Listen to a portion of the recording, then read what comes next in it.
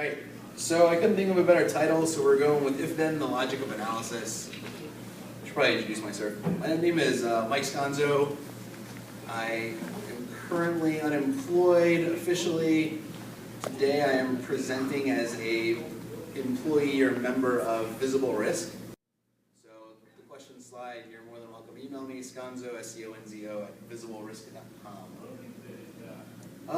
We're going to be talking about how to find things that don't fit in normally and kind of the methodology behind that. So, point being, only a few people. Anybody in here, an analyst, work in a SOC, care about tracking down malware, reverse engineering? Just stop me when I get to a buzzword. Anybody do like pen testing and compromise? Anybody want to move to a foreign country and retire because you can sell undetectable malware? Does that strike anybody's fancy? Any of those, you may find some interesting things out of this talk. So what we're going to do is we're going to compare the obvious, right? I get in an elevator and I expect to go up and down, right? If I'm in an elevator, then I'm going up or down. I'm not going side to side. Really bad example, but kind of the theme that we're going to carry through a lot of these slides. Right? So why do we care about if-then logic? Mostly because it forces you to think how and why things are behaving or doing what they're doing, right? Also, because signatures are broken. Anybody here really, really loves Snort? It's okay to love Snort. Anybody really loves Snort with every signature turned on? Right? It's noisy and you don't know where to start. There's no fundamental understanding of how things are working and why you should even care about it. Right? So this logic, right, we're going to think about almost writing a program using if-then, right? If this is this state, then do this. If it's this other state, then do that. Well, conversely, people write programs, right? Malware, whatever else, you can use those if-then kind of inherent in different programs to actually detect them. So we'll look at just kind of a real high level. We're going to look at host forensics, and then we'll jump into some network forensics, and then we'll actually go deeper into the weeds. So, right, when finding malware on a host, if you're doing host-based forensics, part of incident response or something else, right, you've got a raw disk. And on this raw disk, there's roughly 350,000 files, 500,000, 200,000, some number, right? And when finding malware, you're going to look for things that are executable. Why? Because malware is going to run on a system. Pretty obvious. So you can look at JPEGs and that kind of stuff, but if you want to find, you know, something that's actively running and exfiltrating data or perhaps crawling around your network, you want to look for executable content. You kind of think that, hey, wait a second, malware authors are pretty tricky.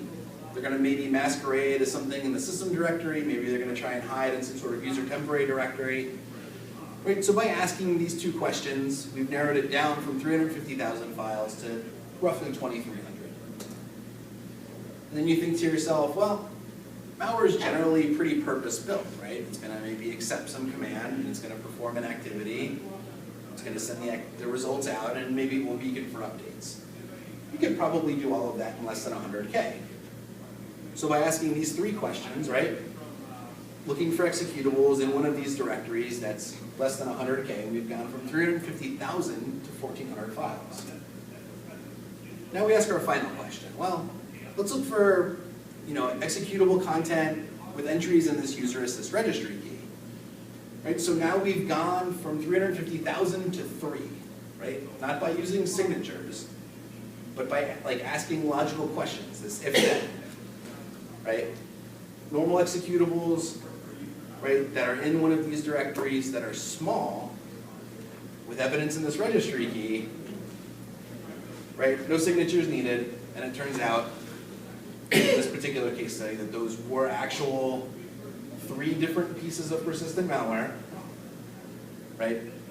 So, found it by not looking for it, right, by thinking about anticipated behavior and structuring questions. Excuse me. Yes. Gotta ask. Kind of a noob on some of this stuff. Sure. What do you mean by the signatures? You keep referring to signatures. AV. AV, antivirus signatures? Yeah, antivirus signatures or IDS signatures. Something that's looking for a specific byte pattern. Something that's taking a priori information and then saying, hey, look, this is bad based on that. It has a place, but you're not going to find, in my opinion, anything really new or exciting by doing things that way. Okay. That whole Dooku or DQ, whatever's been in the news, right? Well, prior to someone saying, hey, here's signatures, or here are the 2 IP addresses it's calling home to, how would you find that on your network? Question. You would have no clue, right? So the idea behind asking these if-then questions, finding that type of interesting activity happening on a host or on a network, coming in, going out, it all kind of goes down to understanding how and why things are working, right? So if I'm looking at X, then I expect Y. So now we'll kind of, and this will become a little bit more clear as we narrow our scope into some different things. Here's kind of a general network forensics one, right? So doing incident response, looking at network traffic. Hey, let me find malware that's obviously escaped antivirus signatures because it's command and controlling out, it's exfiltrating data, something, right? So in a lab, through about 500,000 network sessions, right? So TCP connect through termination. Then begin to look at HTTP. Why? Because HTTP is a easy protocol to understand, right? It's plain text. Anybody can really write an HTTP client that'll talk to a server. You can use Telnet. So pretty popular among the malware crowd. So kind of along those lines, I'm willing to probably bet some money that, has anybody in here ever read any of the HTTP related RFCs? Oh, what? All right, a couple people.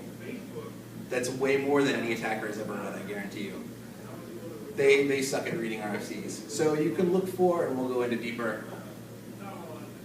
analysis on this, difference between kind of what's expected and what should happen according to the RFC versus what's actually happening in the network traffic. And then we looked at destinations that were kind of non-standard to this specific organization, right? So once again, we're not relying on any type of traditional signature, we're just asking questions, right? Looking at expected behavior. So yeah, we would expect HTTP. You know, programmers can sometimes be a bit lax. So let's look at ones with abnormal headers. But now let's look at countries, you know, traffic going to countries or IP addresses in countries that we don't normally communicate to. So we've gone from roughly 500,000 to 670. That's an interesting file types, right? Executable files going to these weird countries, RAR files. Not something that you would normally expect to see a lot of going across your network.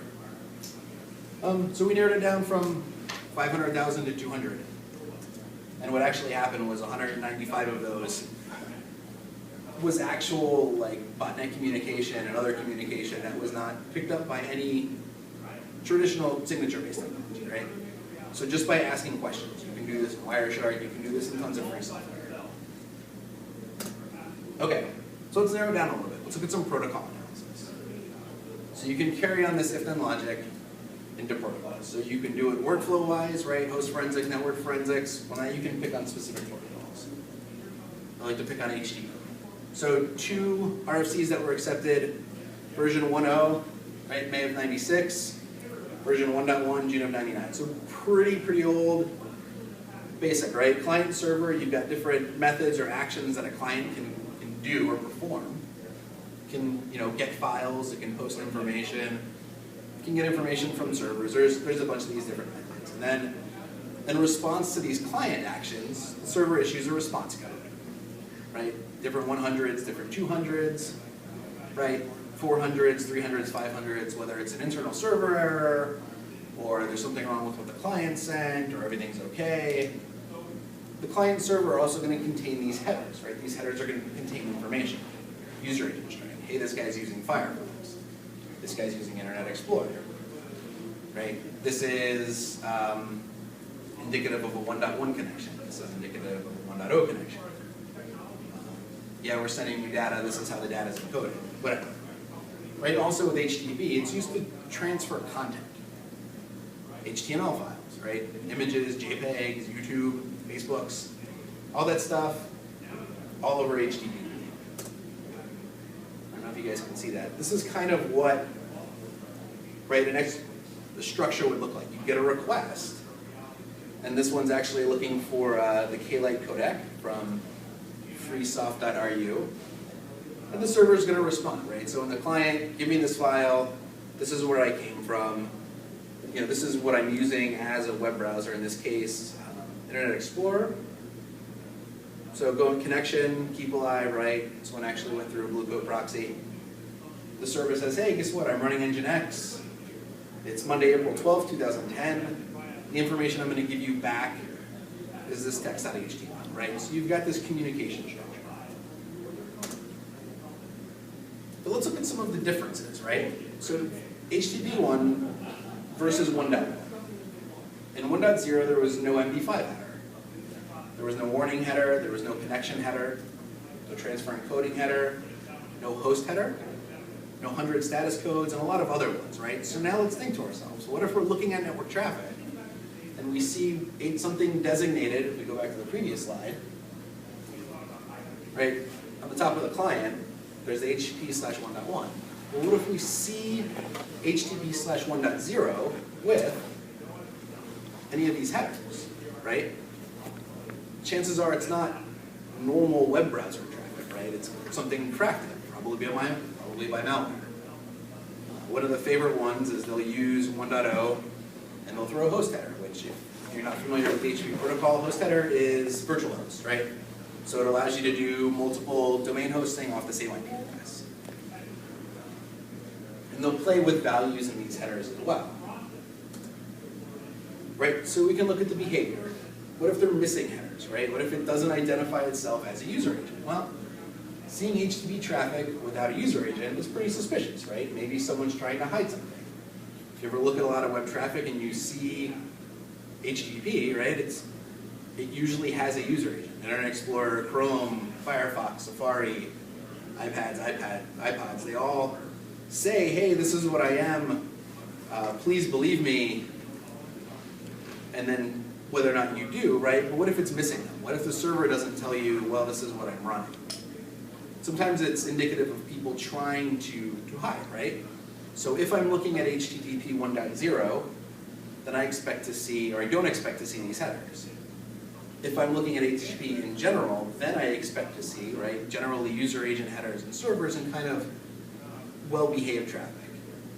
You can actually look at the order of headers, and there's some really interesting ways to slice and dice that. I've got a couple of slides on it. You can look at content, right? You can say, well, what if I see something that's HTTP traffic but doesn't contain any images or HTML or JavaScript or CSS? Well, that's kind of weird, right? Maybe it's because someone's trying to exfiltrate data, right? And they've compressed it in a weird way, or maybe they've encrypted it. So it's weird to see random data, appended in HTTP sessions. You can look for odd combinations as far as behavior. This is usually a pretty good one, some of my favorite. So HTTP posts, right? Client sending information out. Well, generally posts, they have a refer because you click on a little submit button in a web browser, right? So what if it doesn't have a refer? What if it doesn't have a website name, right, a www.something.com in the host header? So in other words, right, what if, according to what should happen in a web browser, someone hasn't clicked on a submit button and someone typed an IP address in the status bar, right? And according to the RFC, if there's no content type, then it's supposed to be interpreted as text, but what if it's not text, right? So these are all kind of indications, probably crafted software, more than often malware. So here's one that I found. I actually blurred out the last couple of bytes. I don't know if you guys can see that. So the red is the client request, and it's getting /fnes/echo. That's it. No other headers, nothing. And the server, this is actually an Amazon Web Service, returns HTTP/1.0 200 OK. No headers, no nothing. The only data it returns is truth equals, right? And there's actually 3 more characters after that, which generally, if you see 8 ASCII characters that look like X, it's probably an IP address. Right? So this was actually an internal machine trying to get its external IP address via this Amazon Web Service. Right? But unless you knew about it, signatures don't really exist for this kind of things. But it's really shitty HTTP traffic. So if you have a method to look for that, it stands out like a sore thumb. Do the same thing with DNS. Anybody read the DNS RFC because they had trouble sleeping? It's god-awful. DNS query, hey, what's the IP address for this host name? Or what host name is associated with IP address? Right, response. Here's your answer. Query type, there's a lot of them. A records, PTR, MX, CNAME, null. Tons and tons and tons of them, right? Response types, you get these additional resource records so you can hide information in DNS. Right, RFC 1035 can have basically like a 255 character long domain name total, and a label is kind of a little portion, right? So hostname.domain.tld, each one of those is considered a label. 512 bytes total for the packet. If you want it bigger, most servers will generally fall back over to TCP. Nullable characters, right? AZ, 09, and hyphen, and those are lower uppercase A to Z, which is why it's written that way. So, let's look at, structure validity. How can we find maybe DNS tunneling? Well, we can look at all traffic over port 53, and the Z with the red circle around it is actually a reserve bit and should always be set to 0. But what if it's set to 1? It's probably pretty interesting, right? It could mean that someone's sending non-DNS traffic over port 53. It could mean that someone's trying to use some of the DNS packet structure to exfiltrate data or do some sort of communication. Right? Likewise, we can profile, we can look for both odd and completely invalid query types. That's the other red circle. Guy at Black Hat did a really interesting presentation a couple years ago now. DNS allows pointers within the packet itself. So you can say, oh yeah, the data for this value is at this offset, and the data for this value is at this offset. So you can actually kind of create buffer space within DNS packets, and you can ram data in there. But it's easy to detect, right? So let's look at the behavior for DNS. Well, if I'm looking at DNS traffic in a normal network, I would expect to see A records, right? What's the IP address for this host? PTR, what host name lives at this IP address? MX, how can I send email to this person? Text records, those are pretty interesting. Those allow you to receive arbitrary text back from the server. It's a great way to do data exfiltration, and a great way to do like SSH over DNS, and I think that's how, was it Ozymandias did, Dan Kaminsky did the audio tunneling over DNS a few years back. Hostname structures, right? Hostnames, they're generally pretty short, right? www.something.com, mail.something.com. Very seldom do they get very long, and when they get very long, it sometimes indicates DNS tunneling, right? So another way to profile DNS traffic, right? If I'm looking at DNS, then I expect to see kind of these more common types, these query types in a network, right? Should I really expect to see experimental as defined by the RFC? I mean, not unless you're sitting in a research lab network, but the only times I've ever seen no record traffic on a network was actually when someone was doing tunneling. So, pretty simple, right? You don't, I mean, that you can easily write a signature for. You can just write a snort signature that says, hey, tell me if I see, DNS null records. Right? But you're not looking for a specific, hey, this is bad. You're looking for, hey, this is really unusual. I should take a look at it. Right? So kind of that guy's talk that I mentioned a slide ago that he did at DEF CON, this parse packet data, if it's less than total payload, right? So if I have this 512 byte packet, and I've got something that'll actually parse DNS traffic correctly, and I only parse out 200 bytes worth of stuff. Well, where's the other 300 bytes, right? What's in there? It's interesting. Likewise, this is always pretty funny. If you see non-ASCII, so previous slide, maybe 2. There you go. Right, lowercase a all the way through uppercase Z, 0, 9, and hyphen. If you see those, in DNSO, if you see anything but those in DNSO's names, that's pretty bad. So we can look at traffic flow, right? So I've got clients and servers. Clients, generally consumers, right? Data in, much greater than data out. Servers, data out, much greater than data in, right? Makes sense. They receive a small, think of web service. They receive a small web request, and then in return, they send out images and HTML and CSS. And clients, right? Hey, I just want this, and the server says, oh yeah, here's everything. So what happens, right? Go back. If your clients flip, right? If you see something out of a user subnet, sending more data out than it's receiving in. Well, guess what? You've got a client machine that's turned into a server. So this is kind of what that looks like in NetFlow, right? Wait a second. Is there a giant spike in traffic going outbound from my user network? Yeah, maybe it's B2B, right? Maybe it's data exfiltration. Maybe it's someone, FTPing a file up. Still pretty interesting. So it usually warrants a second look from, an analyst position. So just kind of some, you can actually see like flows and packets, number of bytes. Right? You can look at information flow through different systems. If you've got a database and a web server makes requests to the database sends information out.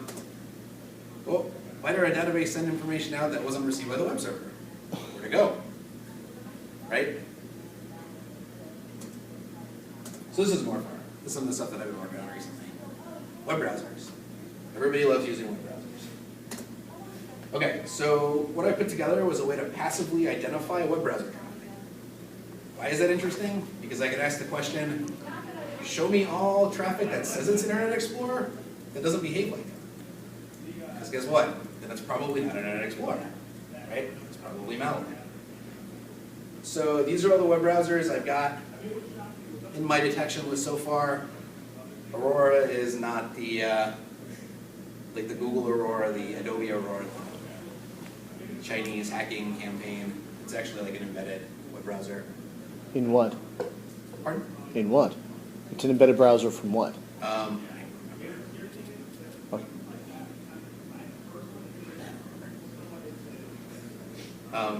It was like a tack-on only because I had some traffic from it. I was like, oh, okay. Right, Chrome, Firefox, iDevices. Oddly enough, Windows, Google, Toolbar does some weird things to header order. PlayStation Portable. Right? So this is kind of the motivation again. So we've got browser traffic and we've got malware, right? The one on top looks like what I would expect general Internet Explorer traffic to look like. The one on the bottom looks suspicious for many different reasons. One of those, even though it says it's Internet Explorer, it doesn't behave that way. It doesn't have the headers present that I would expect. It doesn't have the default values that I would anticipate. And the order's wrong. So, looking at HTTP 1.1 traffic, we use 11 different headers, right? Kind of this 8 for main logic, 3 for some edge case detection. We've got a 90% identification rate out of all HTTP traffic that I've run through this, which, not too bad. And out of that 90%, it's 80% accurate. So overall, slightly greater than 70% of all web traffic identified is categorized correctly. It's way better than guessing, right? Just using header order. You can do some other interesting things with default values, and that'll probably wind its way up into the next version, which I hope to release. So now we're going to talk about Swift. Anybody love Shockwave Flash animations of polling? Which is fantastic, right? So Swift files, they're composed, right? They've got a magic number. This is the structure. Tells you length. It's got this what they refer to as a rectangle data structure. It's nightmarish file format. And then basically what they have, they refer to as tags. So for this one, because I pretty much thought, I was like, if I can do that with web browsers, right, this if-then I bet I can do it with something else. So I picked a file format that people love to exploit, come up with Swift. All right, so there's about 50 undocumented tags, or 50 tags. There's some undocumented, those are always really neat, and the ass to track down. Tags have different formats, long and short, and there's definition tags that define objects. So this is a rectangle shape, this is a picture, this is embedded something, right in control. This moves the shape from A to B, makes it fade in and out, so forth and so on. Very exciting stuff, right? But how can we figure out the difference between normal and not normal? Right, so normal Swift files, file attributes is the first. This is in version 8, A+ of Swift file format. It contains objects. Generally when I'm looking at a Flash file, I expect something to be on a screen, right? Maybe I have to punch the monkey and win a prize. For those of you that love Flash advertisements, something should happen, right? Maybe it's going to play a movie, maybe it's going to play a sound, right? Maybe it's YouTube. So generally, I would expect a lot of tags and very few undocumented ones, right? So then, what happens? If I run across a Swift file that doesn't have any objects, or that has very few objects, right, and contains ActionScript 3, who even cares what the ActionScript 3 does? Guess what? It's probably malicious. So I came up with, 1,000 or so Swift files, both malicious and non-malicious. I even threw the ones that were embedded, if you guys are familiar, in the XLS, the Excel spear phishing that was attributed to somebody a few months ago now. So I wrote, because I have a lot of time, free time on my hand, I wrote a Flash decompiler. So here's one of the flashes. This is actually a malicious one, right? So let's take a look. Well, it's got version 9. So frame size, this says what's going to be displayed to the user. Right, 0 or 1 pixel by 1 pixel. That's what the 0, 1 and 0, 1 means. Well, that's interesting, right? If I'm not displaying anything to the user, if I'm displaying a pixel, who's going to look at a pixel, right? Who's going to look at something of 0 size? It's got a kind of a really fast frame rate. One frame. Right, and one frame. It's going to show one frame that's 1 pixel by 1 pixel, and it's going to show it really, really fast. Right? That's not very stealthy. It's just looking at the structure, right? That's not even taking into account what's in the ActionScript 3 object. That's just looking at the structure. Right? So now we can even look at some of the tags. So we've got some file attributes, and it says it uses ActionScript 3. It's got this max recursion depth and script timeout. I think the standard is supposed to be like 100, so obviously very not standard on this one. Set background color, right? 0, 0, 0, 0. Maybe not in and of itself interesting. This one actually was nice enough, and it was compiled with Adobe Flex. You can see the ActionScript bytecode and some other stuff, but right. This is the output of the tool that I wrote, by the way. I just got lazy and posted to the screen. So we've got coupled, right? We've got a really, really oddly formed Swift file, totally not normal. Look at kind of some of the attributes or the things defined with tags and how the tags themselves are defined. Those look odd as well. So guess what? You've found malicious Swift files without saying, oh yeah, this one's exploiting CVE, something, something, something, something, right? Purely based off of structure. If I, stupid question. If I'm looking at Swift, and I expect to see movies and sound. Well, if I don't see them, then it's probably bad. Probably bad. So the best part, and this I love, you can do this with anything. I was at a conference recently, and some guys were really, really happy. Like, oh, 4 minutes? Cool. We came up with this new way to encode JavaScript that makes it really hard for the reversers. Well, yeah, but it makes it really easy to find it. We don't use eval. No, the only thing you have is from car code, and there's like 900 of them. It's not normal, right? So going back to what I would expect to see, right, with normal JavaScript, you know, it should be well formatted, it should have comments. What if it doesn't have it? That's probably not good. You can actually, you know, do this with many other file types. One of the guys that I used to work with, he did this actually with Windows executables and header values. Pretty cool. Some work with mutexes. Oddly enough, mutex is on a host, right? Malware generally sets a mutex so it only has one running copy of itself. They're pretty non-standard as far as what you would generally find on a Windows system. So even looking at stuff like that deep into the operating system, there's still kind of normal behavior that you can find deviations from. So I'll take questions. Ran through it a little bit fast, so I guess maybe it was longer than a 30-minute talk after all. Thoughts, questions?